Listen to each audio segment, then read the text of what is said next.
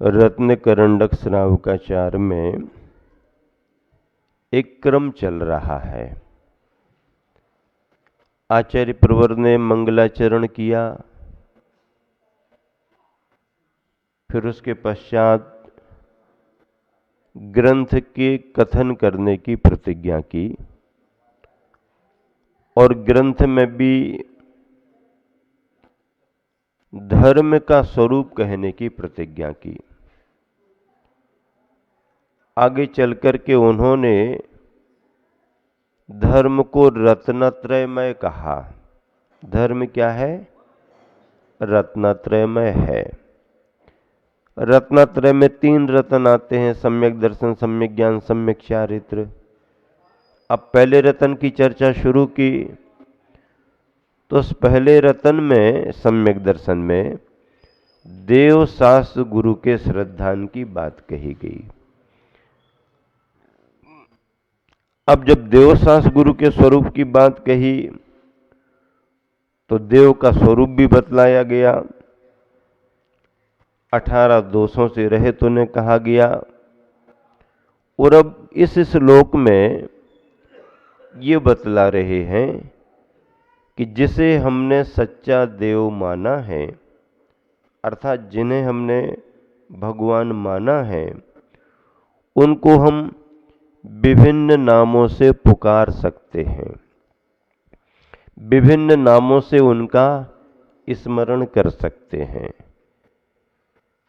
वैसे तो 1008 नाम इंद्र, जो सौधर्मिंद्र होता है, वो अरहंत भगवान तीर्थंकर की समोसरण में 1008 नामों से स्तुति करता है, जिसके आधार पर आचार्यों ने सहस्त्र नाम लिखा है। 1008 नाम हैं, लेकिन उतने सब यहां पर नहीं बताए गए। प्रतीकात्मक कुछ नामों की चर्चा है। देखिए, मिलान करें। 7वें नंबर का श्लोक है, आप्त के विभिन्न नाम। आप्त यानी भगवान। देव के लिए यहां पर आप्त भी कहा गया है, अरहंत भी कहते हैं, सर्वज्ञ भी कहते हैं, अनेक नाम हैं। लेकिन यहाँ पर देव के स्वरूप में आप्त संज्ञा दी है। आप्त अरहंत पने को आप्त भगवान को कहा जाता है। उच्चारण के लिए तैयार हो। परमेष्ठी परम ज्योतिर विरागो विमलः कृति सर्वज्ञो नादि मध्यांतः सार्वः शास्तो पलाल्यते। एक साथ मिलकर के, परमेष्टि परम ज्योतिर विरागो विमलः कृति सर्वज्ञो नादि मध्यांतः सार्वः शास्तो पलाल्यते।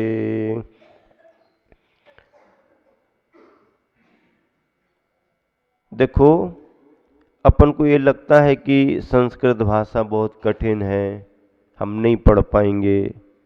लेकिन कुछ ग्रंथों में संस्कृत भाषा बहुत सरल लिखी गई है। जैसे भक्तामर स्तोत्र है, उसकी भाषा इतनी सरल है कि संस्कृत होते हुए भी जब आप पढ़ना शुरू करते हैं तो कहीं रुकने का, अटकने का कोई काम ही नहीं। प्रारंभ में थोड़ी कठिनाई आ सकती है, लेकिन 2-4 बार पढ़ो और किसी से एक बार उच्चारण सीख लो तो बहुत सरल है। ऐसे ही रत्न करंडक श्रावकाचार भी बहुत सरल ग्रंथ है। संस्कृत भी इसकी बहुत सरल है।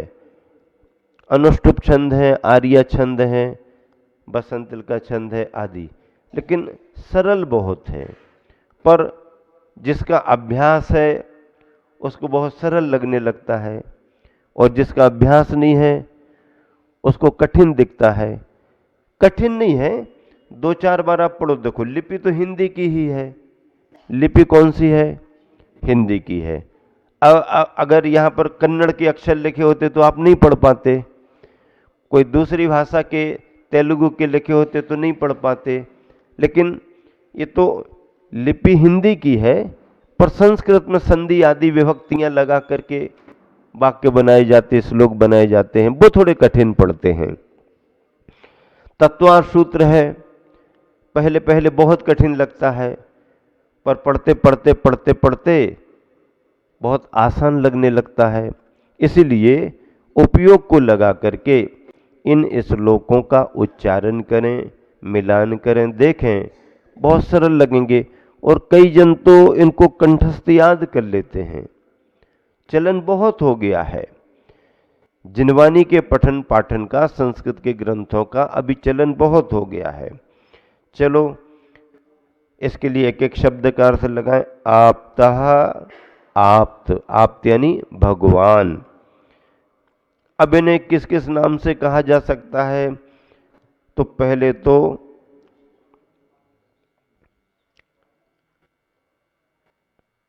परमेष्ठी, परमेष्ठी शब्द से परम ज्योति, परम ज्योति, विरागः,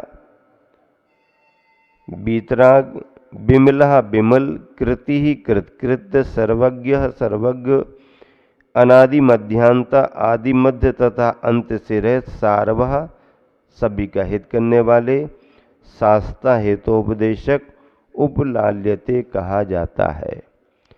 एक श्लोक में जितने नाम सेट हो सकते थे, क्योंकि एक ही श्लोक में पूरी बात करनी है, अगले श्लोक में दूसरा कथन आएगा।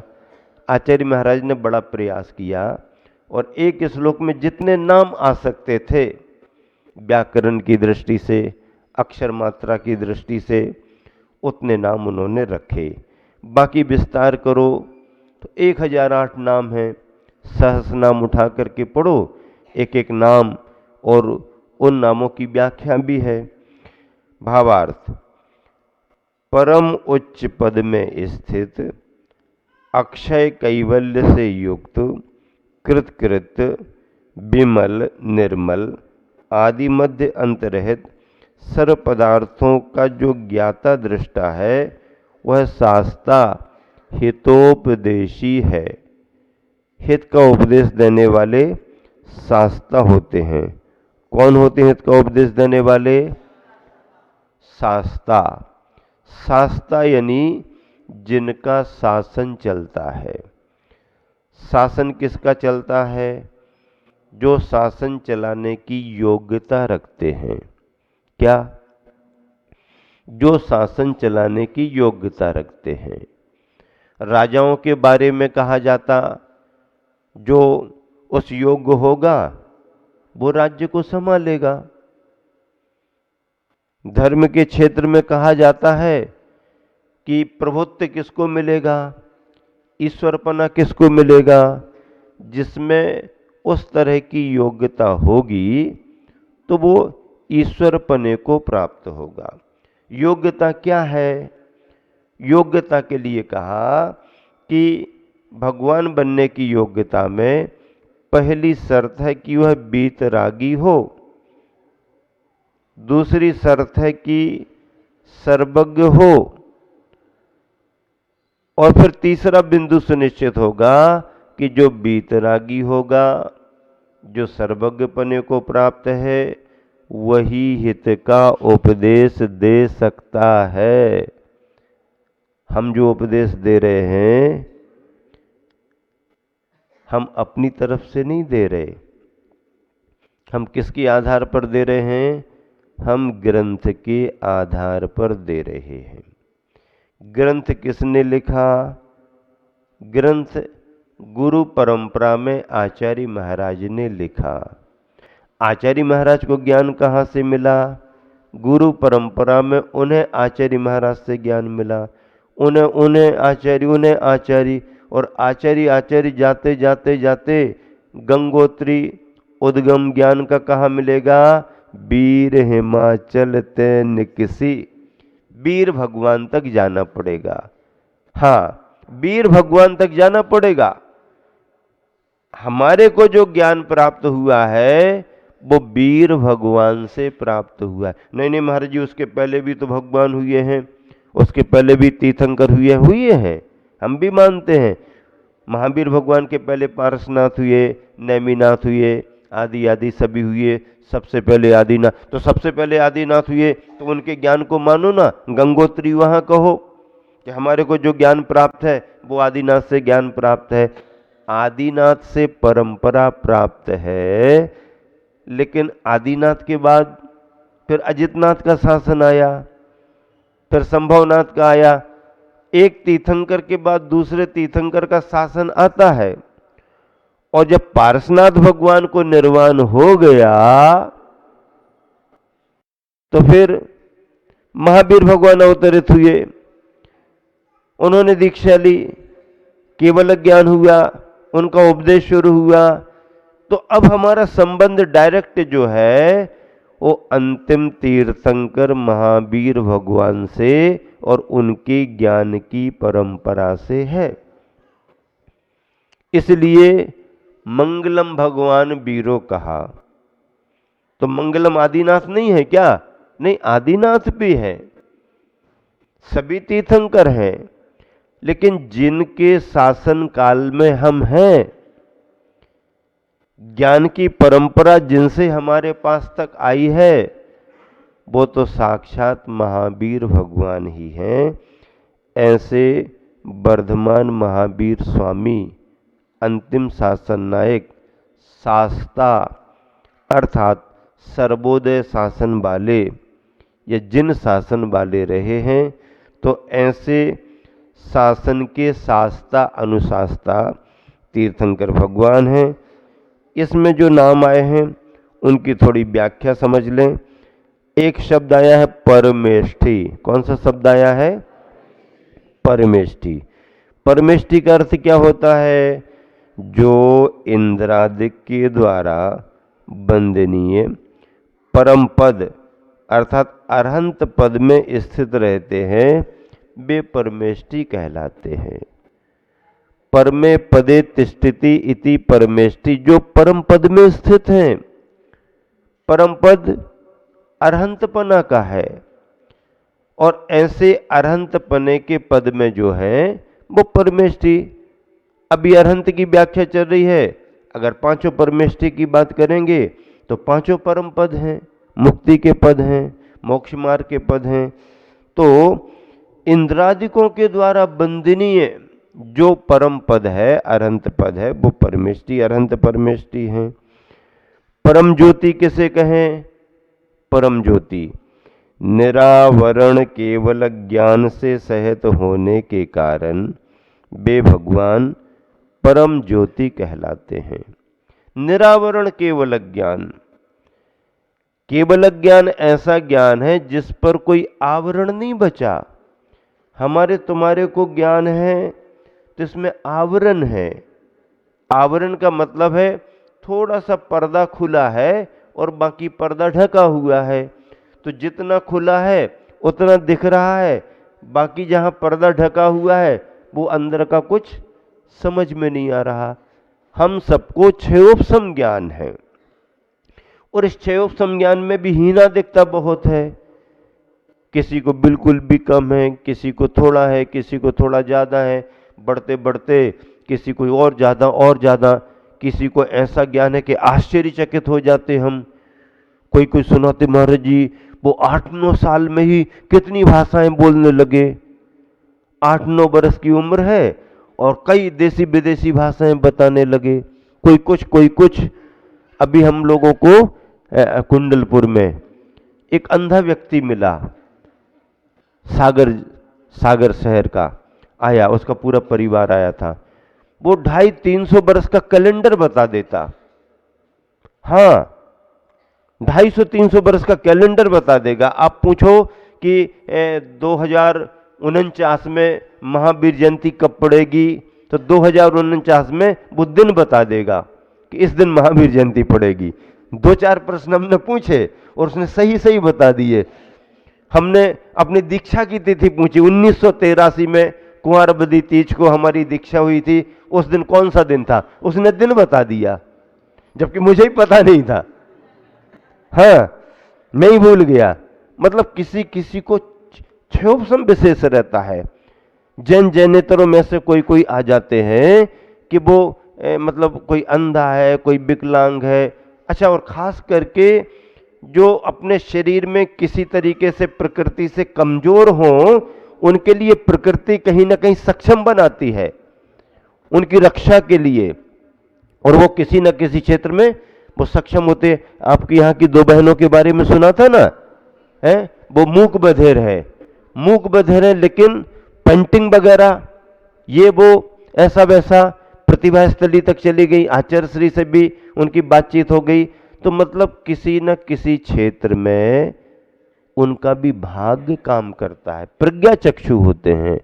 श्वेतांबर समाज में एक आचार्य श्री बताते थे, कोई एक पंडित जी थे, संघवी जी पंडित जी, तो वो आंखों से अंधे थे, लेकिन बड़े बड़े ग्रंथों का उन्होंने संपादन कराया। वो लिख नहीं पाते थे, लेकिन सामने बैठे हुए विद्वानों ने बोला, उन्होंने पढ़ करके सुना दिया संस्कृत में, तो उन्होंने उसकी हिंदी करके बता दिया कि इसका अर्थ ये लिखो, इसका अर्थ ये लिखो, इसका अर्थ ये लिखो। मतलब अंधे थे वो, लेकिन बड़े बड़े ग्रंथों का उन्होंने संपादन कराया, संस्कृत के ग्रंथों का संपादन कराया। ऐसी योग्यताएं होती हैं। कम उम्र में भी कई भाषाओं का ज्ञान हो जाता है। 100 प्रश्न एक साथ कर दिए जाते, फिर उसका एक एक करके क्रमशः उत्तर वो देते हैं, शतावधानी होते हैं। हम लोगों ने अपने गुरुवर के बारे में से कई बार आश्चर्यचकित, 25 साल 30 साल 40 साल पहले कोई व्यक्ति मिला, कोई बातचीत हुई, कुछ संदर्भ आया, कोई नियम संयम लिए, और उसके बाद 20 साल वो आया नहीं। जब आया और उसने नमोस्तु किया, स्मरण दिलाया, देखते ही साथ आचार्य ने सारी बात बता दी। वो जिसने बातचीत की, बातचीत का क्रम वो भूल रहा है, लेकिन आचार्य ने नहीं, उस समय तुमने ये कहा था, उस समय तुमने ये कहा था, तुम वही हो ना। ये क्षयोपम विशेष रहता है। तो इतना होने पर भी ये संसारी प्राणी छद्मस्त ही माने जाएंगे, सर्वज्ञ भगवान नहीं माने जाते। अब जब छद्मस्त में ही हमको बड़ा आश्चर्य होने लगता है, अरे ऐसे अरे ऐसे, तो जब सर्वज्ञ भगवान केवल ज्ञान के साथ बैठते हैं तो फिर तो अचरज ही अचरज होता है। ऐसा निरावरण केवल ज्ञान परम ज्योति है। बीतरागी के लिए राग रूप भाव कर्म के नष्ट हो जाने से विराग कहा गया। अच्छा, विमल किसे कहा? मूल प्रकृति तथा उत्तर प्रकृति रूप द्रव्य कर्म के नष्ट हो जाने से विमल है। ज्ञान वर्णादि कर्म नष्ट हो गए, विमल हैं। जो समस्त उपादेय तत्वों के विषय में विवेक संपन्न होने के कारण कृति कहलाते हैं। जो समस्त पदार्थों को साक्षात जानने वाले होने से सर्वज्ञ कहलाते हैं। और इन सब स्वरूप वाले आप्त के प्रवाह की अपेक्षा कोई इनका आदि नहीं है, कोई मध्य नहीं है, कोई अंत नहीं है। सभी 24 चली आ रही हैं, प्रवाह है। और लोक और परलोक का उपकार करने वाले मार्ग को दिखलाने के कारण सार्व कहलाते हैं।